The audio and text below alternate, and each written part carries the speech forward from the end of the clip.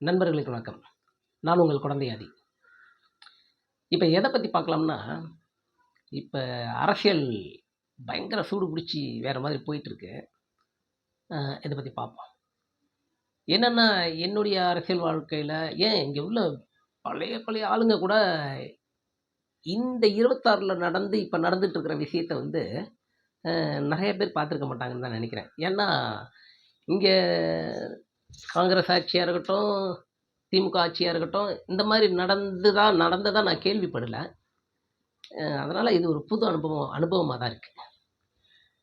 என்னன்னா, இப்ப இந்த தேர்தல்ல விஜய் ஜெயிச்சிருக்கிறாரு இல்லையா? டிவிகே ஜெயிச்சிருக்கு.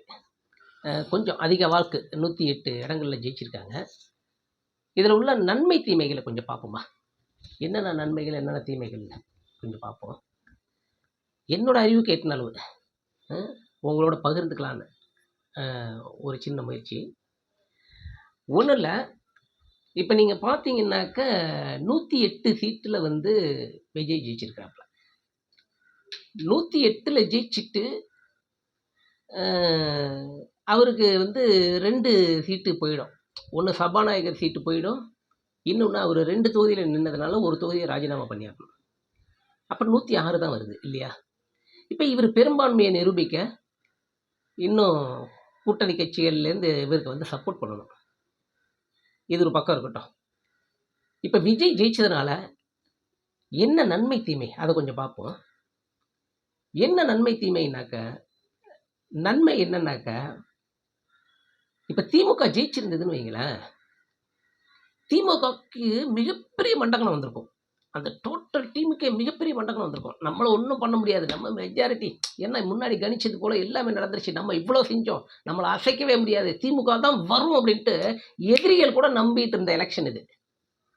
இந்த எலெக்ஷன்ல புதுசா ஒரு கட்சி ஆரம்பிச்சு 2 வருஷத்துல அடி தூக்கி கீழே 2 பெரும்பான்மையான கட்சி கீழே அழுத்திட்டாங்க. இப்ப 2 பெரும்பான்மையான கட்சிக்கும் இனிமேட்டுக்கு எப்பயுமே அவங்களுக்கு ஒரு பயம் இருக்கும். நம்ம எதையுமே தீர்மானமா நம்பிடக்கூடாது. நாளைக்கு அதிமுகவுக்கு இப்படி ஒரு கருத்து கணிப்பு வந்தா கூட அதிமுகவும் பயப்படும். இப்படிதான் திமுகவுக்கு அன்னைக்கு இருந்துச்சு, புஷ்குன்னு போயிடுச்சுன்ட்டு. இனிமே திமுகவும் பயப்படும். என்னன்னா, அந்த அவங்கெல்லாம் கருத்து கணிப்பெல்லாம் இப்படி இருந்துச்சு, மக்கள்லாம் இப்படி நம்மள தான் சொல்றாங்கன்ற ஒரு அந்த இது இருக்குல்ல. ஏற்கனவே இப்ப 5 வருஷம் அவங்க ஆண்டுட்டாங்க இல்லையா? அந்த மமதை, அந்த ஹெட்வெயிட் இருக்குல்ல, அது இப்ப இருக்காது. அது ஒரு விதத்துல நல்லது. இன்னொரு நல்லது என்ன அப்படின்னு பார்த்தோம்னாக்க, இது நாள் வரை அதிமுகவா இருக்கட்டும், திமுகவா இருக்கட்டும், பாமகவா இருக்கட்டும், இந்த கட்சிகள் எல்லாமே என்ன பண்ணியிருக்கிறாங்க, எலெக்ஷனுக்கு வேட்பாளர்களை தேர்ந்தெடுக்கிறது எப்படி தேர்ந்தெடுப்பாங்க? அந்தந்த ஊர்ல உள்ள மிகப்பெரிய பணக்காரர்கள், ஜாதி ஓட்டு யாருக்கெல்லாம் அதிகமா இருக்கோ அவங்க. அப்படி பார்க்க போனா அதிமுகவுக்கும் திமுகவுக்கும் நிரந்தரமா சில வேட்பாளர்கள் உண்டு அங்க.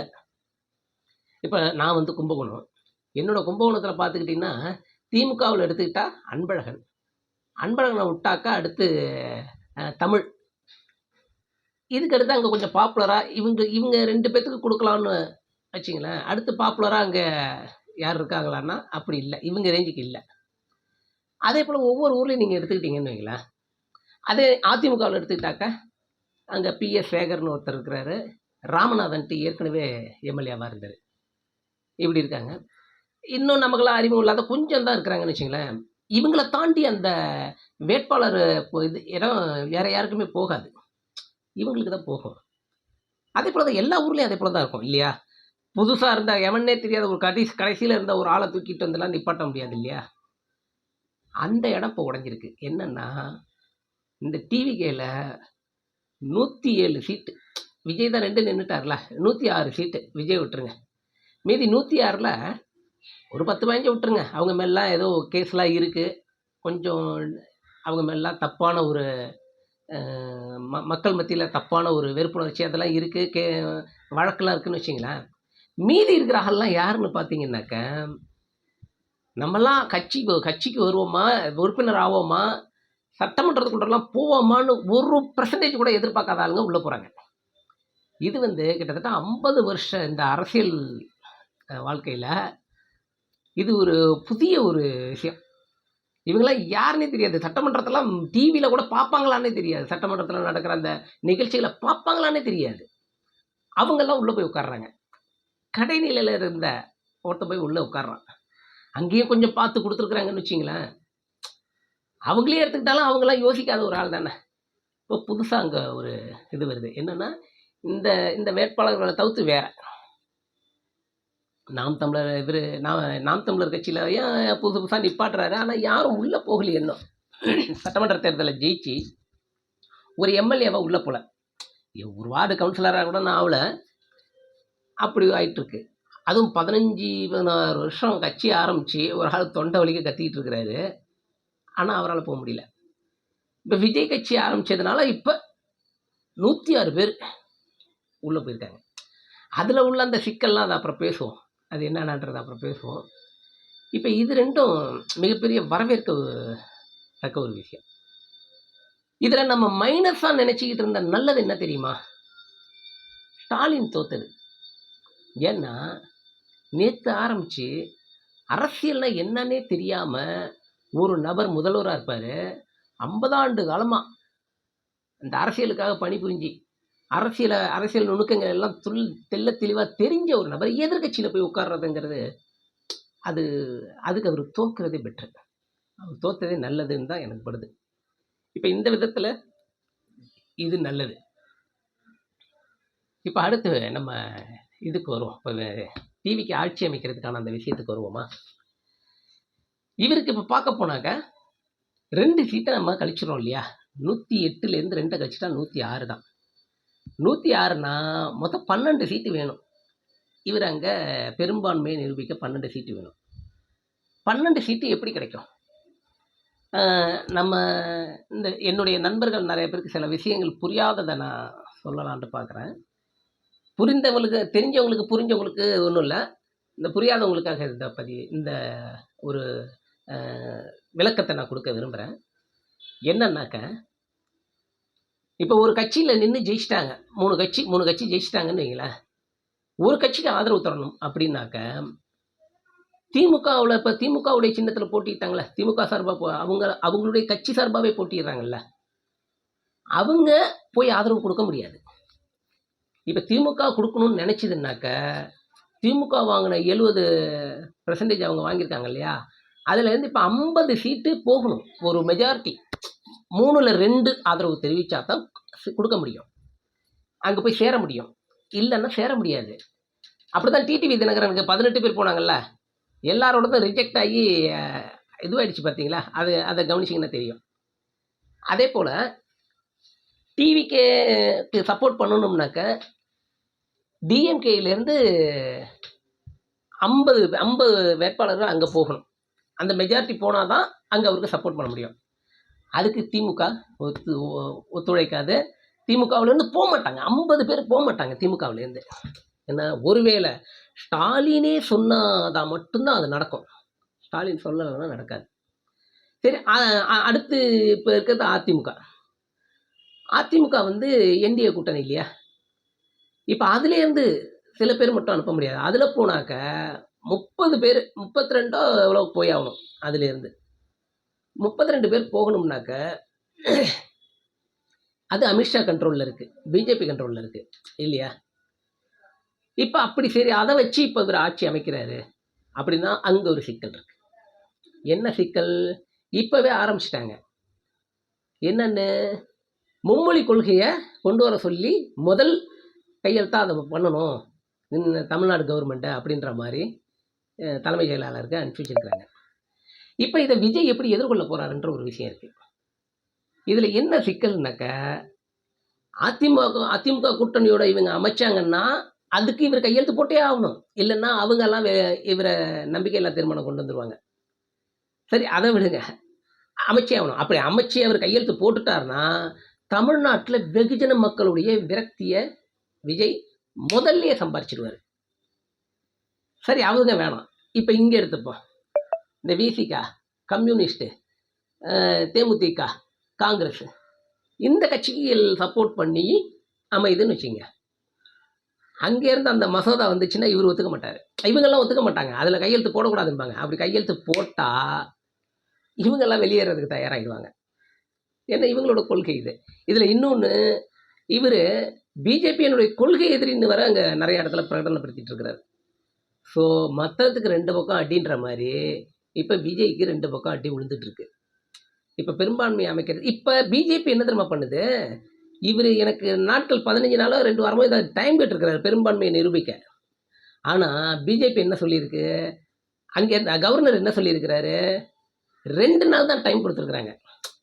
ஏன்னா சிந்தை பிடிச்சி ஆட்டுறாங்க, சட்டுன்னு முடிவுது இல்லை அப்படின்னு சிந்தை பிடிச்சி ஆட்டுறாங்க. இந்த அரசியலை பார்க்குறப்ப உண்மையிலே ஜாலியாக இருக்குது. ஏன்னா ஆரம்பத்தில் 2 நாள் எனக்கு தூக்கமே வரல, என்னடா இப்படி ஒரு முடிவு எப்படா வந்துச்சு அப்படின்ட்டு தூக்கமே வரல. போக போக தான் என்னால் அனலைஸ் பண்ண முடியுது. என்னன்னா இந்த திமுக ஜெயிச்சிருந்துன்னா எல்லாம் மண்டகணத்தில் சுற்றி இருந்திருப்பாங்க, மிகப்பெரிய மண்டகணத்தில் சுற்றிருப்பாங்க. அது ஒன்று உடஞ்சி போச்சு. 2வது, இத்தனை வருஷமாக ஒரு குறிப்பிட்ட ஆட்கள் மட்டுமே வேட்பாளர்களாக இருந்தாங்க. அது இங்கே உடஞ்சி யாருன்னே தெரியாதவங்க இப்போ உள்ள போகிறதுக்கான ஒரு இது வந்துருச்சு. இப்போ விசிகாவில் பாருங்கள், ஃபஸ்ட்டு கொடுத்த எம்எல்ஏவை ஒதுக்கிட்டு அடுத்து வேற ஒருத்தவங்களுக்கு புதுசாக வாய்ப்பு கொடுத்தாங்க பாருங்கள். அது திமுகவுலேயோ அதிமுகவுலேயோ இருக்கிறது இல்லை. இதுதான் மற்ற கட்சியாக இருக்கட்டும், காங்கிரஸாக இருக்கட்டும், எந்த கட்சியாக இருந்தாலும் அந்த விஷயத்தை தான் ஃபாலோ பண்ணுது. இவர் இப்போ நாம் தமிழர் இன்னும் ஜெயிக்கலை, இதுலேயும் ஜெயிக்கலைங்கிறதுனால அவரை பற்றி நம்ம பேச வேண்டியதில்லை. இப்போ இப்படி ஒரு சிக்கல் அங்கே இருக்குது. இதில் இன்னொன்று இருக்குது, சபாநாயகருக்கு மெஜாரிட்டி காட்டணும். சபாநாயகர் இப்போ டிவிக்கு சார்பாக ஒருத்தவங்களை கொடுப்பாங்க இல்லையா, அங்கே மெஜாரிட்டி காட்டணும். மெஜாரிட்டி காட்ட தவறிட்டாலும் இந்த ஆட்சி கலைக்கப்படுமா? சரி, இதெல்லாம் வேணாம். அவங்களோட பிஜேபியோட அஜெண்டா என்னன்னா, ஒன்று அதிமுக கூட்டணியை பிரித்து எடுத்து தன்னுடைய கட்டுப்பாட்டுக்குள்ள டிவிகேவை கொண்டு வரணும். இல்லைன்னா இது இந்த ஆட்சி கவர்னர் ஆட்சியாக மாறணும். 6 மாதத்துக்கு கவர்னர் ஆட்சி வந்துடும். 6 மாதம் கவர்னர் ஆட்சி வந்துருச்சுனாக்க பிஜேபி என்னென்ன சட்டத்திட்டங்களை உள்ளே கொண்டு வரதுக்கு முயற்சி பண்ணுதோ அது எல்லாத்தையும் கவர்னர் மூலமாக நிறைவேற்றிட்டு போயிடுவாங்க. அதுக்கப்புறம் நம்ம முட்டி மோதிக்கிட்டு இருக்கணும். இப்போ கம்யூனிஸ்ட்டும் விடுதலை சிறுத்தையும் இதை யோசிச்சு தான் அவங்க தடுமாறிக்கிட்டு இருக்காங்க. ஏன்னா போகிறதுன்னா அப்போ ஆரம்பத்திலே போயிருந்துருப்பாங்க. ஆரம்பத்திலே போயிருந்தா இன்னும் மெஜாரிட்டியாக ஜெயிச்சிருந்துருக்கலாம்னு வச்சுக்க, இந்த விடுதலை சிறுத்தைகள் ஜெயிச்சிருந்துக்கலாம்னு வச்சிங்களேன். இவர் கொள்கை பிடிப்பில் இருக்கிறாரு. ஏன்னா அவர் அவங்கவுங்க இடத்துல இருந்து பார்த்தா தான் அவங்களுடைய பொசிஷன் நமக்கு புரியும், அந்த நிலை நமக்கு புரியும். அதனால் அங்கே போகணும். அவ்வளோ தூரம் நம்ம அறிவுஜீவியும் கிடையாது. ஆனால் தலைவர் திருமாவளவனை விமர்சிக்கிற அளவு நம்ம அறிவுஜீவிலாம் கிடையாது. அவருக்கு தெரியும் அரசியல். ஏன்னா இப்போ ஆனால் அவங்க இந்த தடுமாற்றத்தில் இருக்கிறாங்கன்றது மட்டும் புரியுது. ஆதரவு கொடுக்காம விட்டோம்னா அந்த அதிமுகவோட உள்ளே போயிட்டாக்க அவங்க சொல்கிறத கேட்டாகணும். அதுக்கப்புறம் மக்கள் மத்தியில் விஜய்க்கு விரக்தி வராதெல்லாம் அப்புறம் கிணத்து விடுற விழுந்த பிறகு அப்புறம் போராடி தானே வெளில எடுக்கணும். அது வேற. சப்போஸ் இது இல்லாமல் கவர்னர் ஆட்சி வந்துட்டாக்க அவங்க நினைச்சதெல்லாம் நிறைவேற்றிடுவாங்க. இப்போ இந்த மாதிரியான சிக்கல் இருக்குது. அதனால் என்ன செய்யறது அப்படின்னு யோசிச்சிருக்காங்க. சரி, திமுகவுடைய திட்டம் என்ன? அது என்னன்னாக்க, இவர் போட்டோம், இவர் ஆட்சி அமைக்கட்டும். ஏன்னா இவர் கொடுத்த வாக்குறுதியில் எப்படி 2500 ரூபா மகளிருக்கு, குடும்பத்துக்கு எல்லா பஸ்ஸுலேயும் பெண்கள் ஃப்ரீயாக போகலாம். பட்டதாரி வேலையில்லா பட்டதாரிகளுக்கு 4000 ரூபா பணம், 6 சிலிண்டரு. அவங்களுக்கு தெரியும் இது பண்ண முடியாதுன்ட்டு. வேணா ஏதாவது பில்கேட்ஸோ எலான் மஸ்கோ பணம் இங்கேருந்து கொடுத்து செய்யின்னு கொடுத்தாதான். ஏன்னா இதெல்லாம் முடியும்னா 20 லட்சம் கோடி தேவைப்படும். இப்போவே 4 லட்சம் கோடி, இப்போ 8 லட்சம் கோடியாக ஏதோ மாறி நிற்குது. இப்போ 20 லட்சம் கோடி வாங்குறதுக்கான தகுதி தமிழ்நாட்டுக்கு கிடையாது. எவ்வளோ தகுதி இருந்ததோ அந்த ரேஞ்சுக்கு வாங்கி செஞ்சிட்டு இருந்தாங்க நம்ம தமிழ்நாடு அரசு, இந்த திமுக அரசு. இப்போ அப்போ மாறி டிவிக்கு உட்காருதில்ல, டிவிகேவுக்கு வாங்குறதுக்கான எந்த கெப்பாசிட்டியும் கிடையாது. இதை செய்யவே முடியாது. மோடி எப்படி 15 லட்சம் போடுறேன்னு சொல்லிட்டு இன்னும் போட்டுருக்குறாரு, அந்த மாதிரி இந்த மாதிரி செய்யாமலே இருக்க என்ன ஆகும், பேட் நேம் டிவிகே மேலே நிறையா வந்துடும். இப்போவே நடந்துகிட்டு இருக்கு. டிவிகேக்காரங்க 10 வயது பொண்ணை போயிட்டு ஏதோ பாலியல் தொந்தரவு கொடுத்து அரெஸ்ட் பண்ணியிருக்காங்க. அங்கே நடனா எம்எல்ஏ ஒருத்தர் குடிச்சிட்டு டான்ஸ் ஆடிட்டு வீடியோ வந்துருச்சு. இன்னொரு இடத்துல அங்கே ஒரு பொண்ணை லவ் பண்ணி ஒருத்தன் டார்ச்சர் பண்ணிட்டு இருக்கான். டிவிகேக்காரன் அடிச்சிருக்கான், அம்மா பிள்ளை அடிச்சிருக்கான், அப்பா கூட கிடையாதான், அடிச்சிருக்கான். இதுவே திமுக ஆட்சியாக இருந்திருந்ததுன்னு வைங்க, இது அப்படியே இவங்க மேலே பழிய போட்டிருப்பாங்க. செஞ்சதெல்லாம் யார்? டிவிகேக்காரங்க. இவங்க மேலே பழிய போட்டிருப்பாங்க. திமுக தான் சரியில்லை அப்படின்ட்டு. இப்போ எல்லாம் வாயை சுற்றி மூடிட்டு உட்காந்துருக்காங்க. ஏன்னா சொல்ல முடியாதே, இப்போ அந்த கவர்மெண்ட் இல்லையே. வேணா ஒன்றே ஒன்று சொல்லி தப்பிக்கலாம், இன்னும் இவர் ஆட்சியில் பொறுப்பு ஏற்கல, ஏற்ற பிறகு வரும்பாங்க.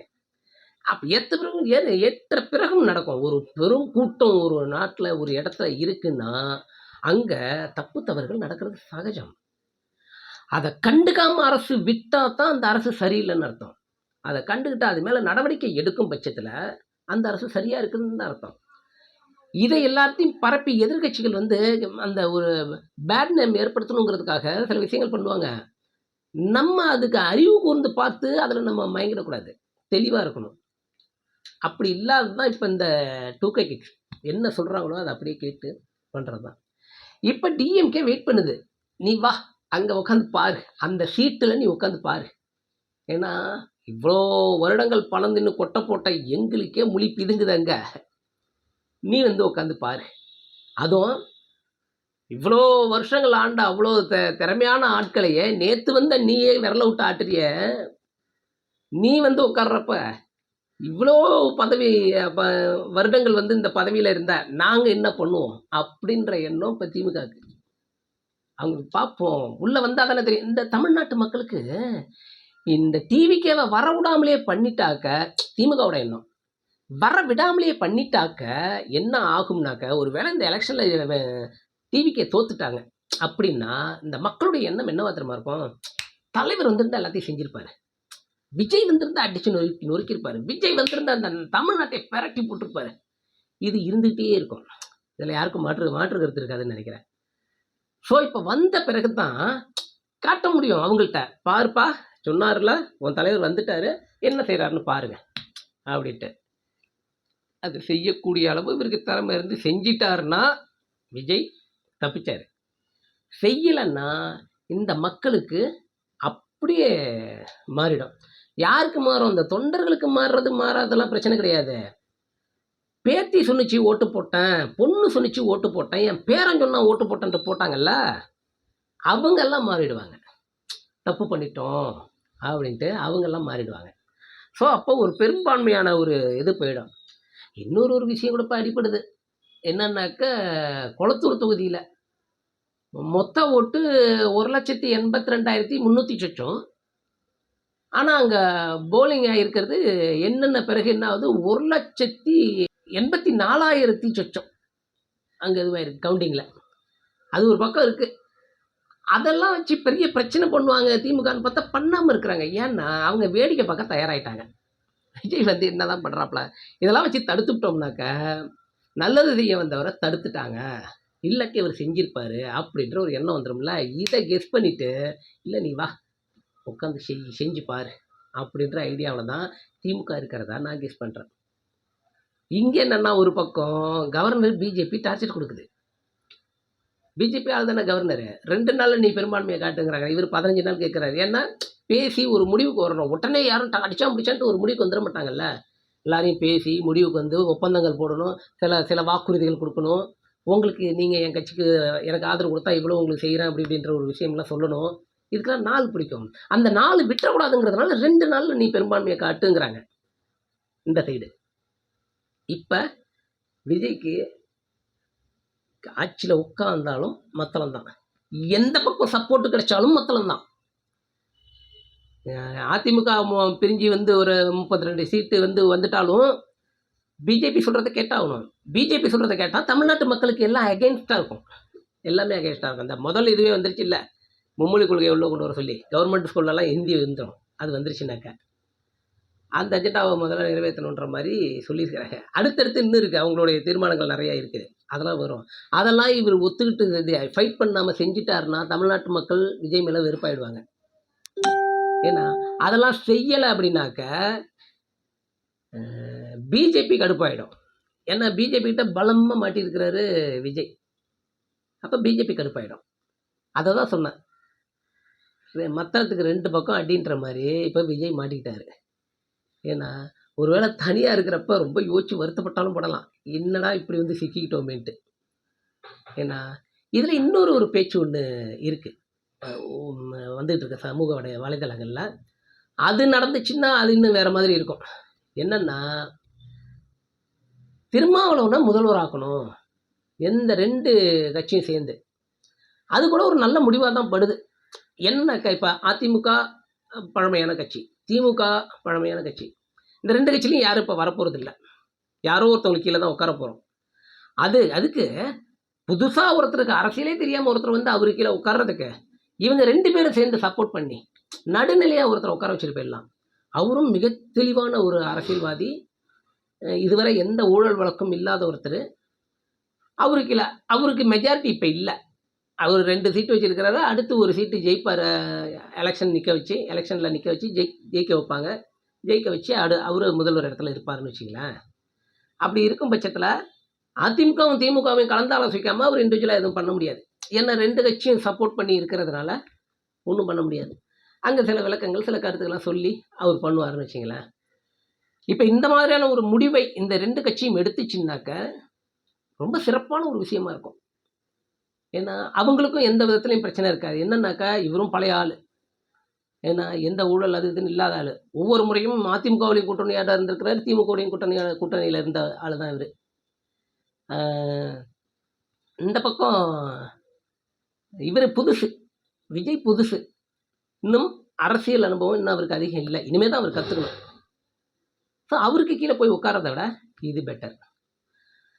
இங்கே இன்னொன்று நம்ம பார்க்கணும். சரியா, இப்போ இங்கே அதிமுக இதுவும் சேர்ந்து இவரை வந்து ஆக்குனாக்க, அப்போ அமித்ஷா மிரட்டாதா, அதிமுக மூலமாக இவரை செய்ய சொல்லி மிரட்டாதா அப்படின்னா, இவர் பதவி போகிறத பற்றி கவலைப்பட மாட்டார், அதிகமாக நினைக்க மாட்டார். அது மட்டும் இல்லாமல் பிஜேபி சொல்கிறத எடப்பாடி ஏன் கேட்காம இருக்கிறாரு அப்படின்னாக்கா, அவங்க சப்போர்ட் பண்ண சொல்லி அங்கே இருந்தெல்லாம் ஆர்டர் வந்திருக்கிறதா தகவல் வந்துச்சு எங்கள் டிவிகேக்கு. ஆனால் அவரை முதல்வர் ஆக்கணுங்கிறது அவருடைய இது. நான் முதல்வர் ஆகிப்பேன், நான் முதல்வர் அப்படின்னு அவரு சொல்கிறது.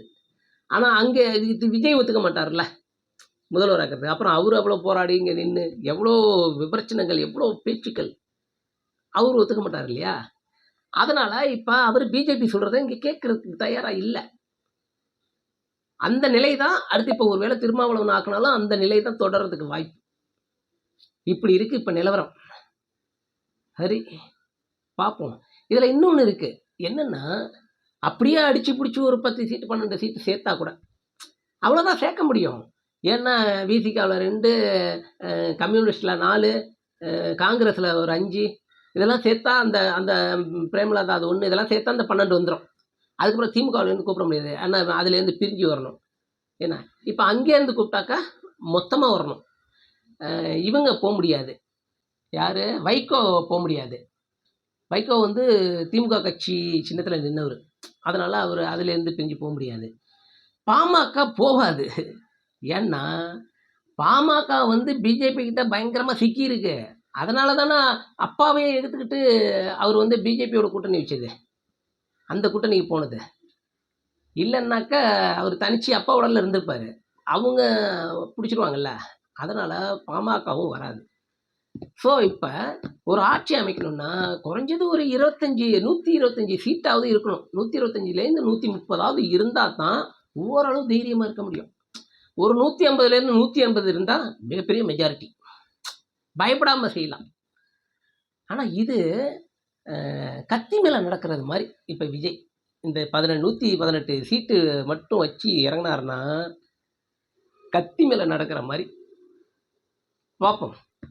முதல்வர் சீட்டுங்கிறது எவ்வளோ பெரிய அனல் நிறைந்ததுங்கிறது இப்போ புரிஞ்சுப்பார். அந்த பதவின்றது, அந்த ஆசை மோகம்லாம் இருக்குல்ல, அங்கே உட்கார்றதுக்கு ஒரு கட்ஸ் வேணும், இவ்வளோத்தையும் சமாளிக்கணும். அப்போ தான் அங்கே உட்கார முடியும்.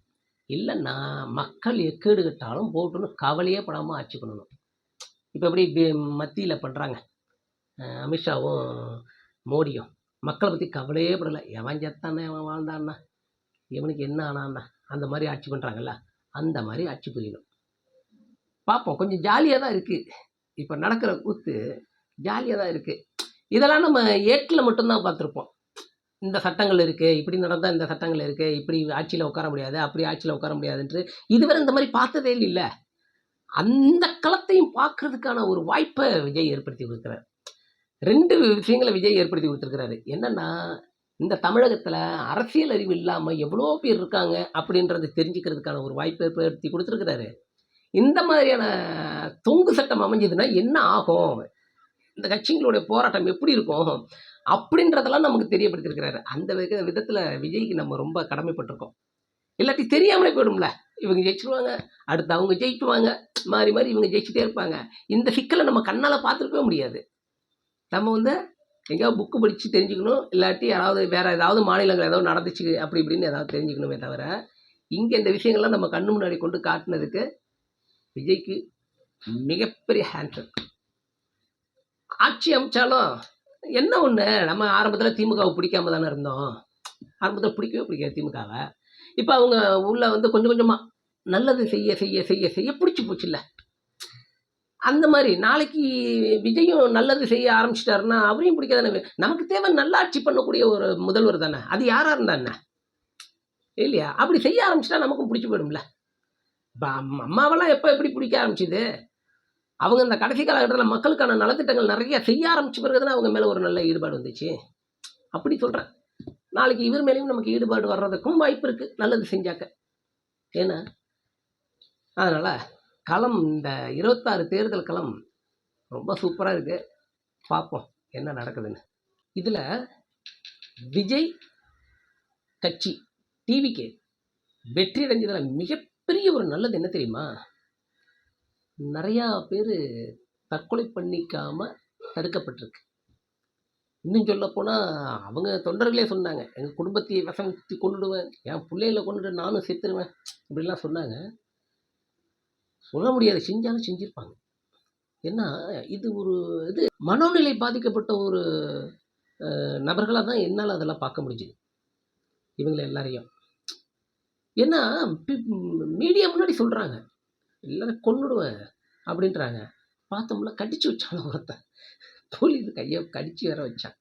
இப்போ விஜய் ஆட்சி இந்த டிவிக்கு ஜெயிச்சதுனால பல இளைஞர்களுடைய உயிர் காப்பாற்றப்பட்டிருக்கிறதா ஒரு புரிதல் இருக்குது. அந்த விஷயத்தில் ரொம்ப சந்தோஷமாக இருக்குது. அவங்கெல்லாம் இந்த மாதிரி நிறைய பேர் இருப்பாங்க, தெளிவடையட்டுமே பின்னாடி. இப்போ நான் கூட சொல்லலையா, ஒரு கட்டத்தில் எனக்கு திமுகவை பிடிக்காமல் இருந்துச்சு, அவங்க மக்களுக்கு நல்லது செய்ய செய்ய பிடிக்க ஆரம்பிச்சிச்சின்னு நான் ஒன்று சொல்லலையா? அந்த மாதிரி இவங்கெல்லாம் நாளைக்கு ஒரு வேளை தெளிஞ்சு வந்து இவங்க தெளிகிறப்ப ஒருவேளை உண்மையிலேயே விஜய் நல்லபடியாக செய்ய ஆரம்பிச்சிட்டாங்கன்னா அது வேற. இல்லை நாளைக்கு ஒரு நாள் ஒரு வேளை புரிதல் வந்து அரசியல்னா நம்ம நம்ம நினைச்சது இல்லை அது அப்படி அந்த ஒரு புரிதல் வந்து நல்லபடியாக கூட அவங்க மாறுறதுக்கு வாய்ப்பு இருக்குல்ல. பட் இறந்துட்டாங்கன்னா அவங்க குடும்பத்துக்கு எவ்வளோ பெரிய லாஸ். அந்த விதத்தில் டிவிக்கு ஜெயிச்சது இது 3வது நல்லது. அதை நினச்சி கொஞ்சம் சந்தோஷப்படுறேன். நன்றி.